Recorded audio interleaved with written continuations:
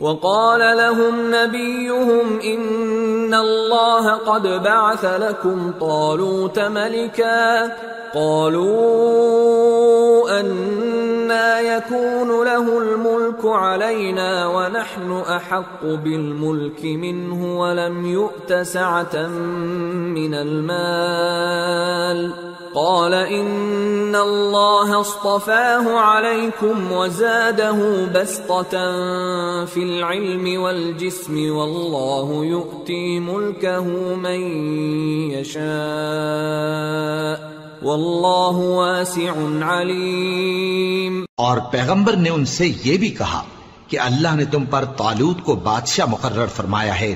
وہ بولے کہ اسے ہم پر بادشاہی کا حق کیوں کر ہو سکتا ہے؟ اس سے بڑھ کر بادشاہی کے مستحق تو ہم ہیں، اور اس کے پاس تو بہت سی دولت بھی نہیں۔ پیغمبر نے کہا کہ اللہ نے اس کو تم پر فضیلت دی ہے اور بادشاہی کے لیے منتخب فرمایا ہے۔ اس نے اسے علم بھی بہت سا بخشا ہے اور تن و توش بھی بڑا عطا کیا ہے، اور اللہ کو اختیار ہے جسے چاہے بادشاہی بخشے، وہ بڑا کشائش والا ہے، دانا ہے۔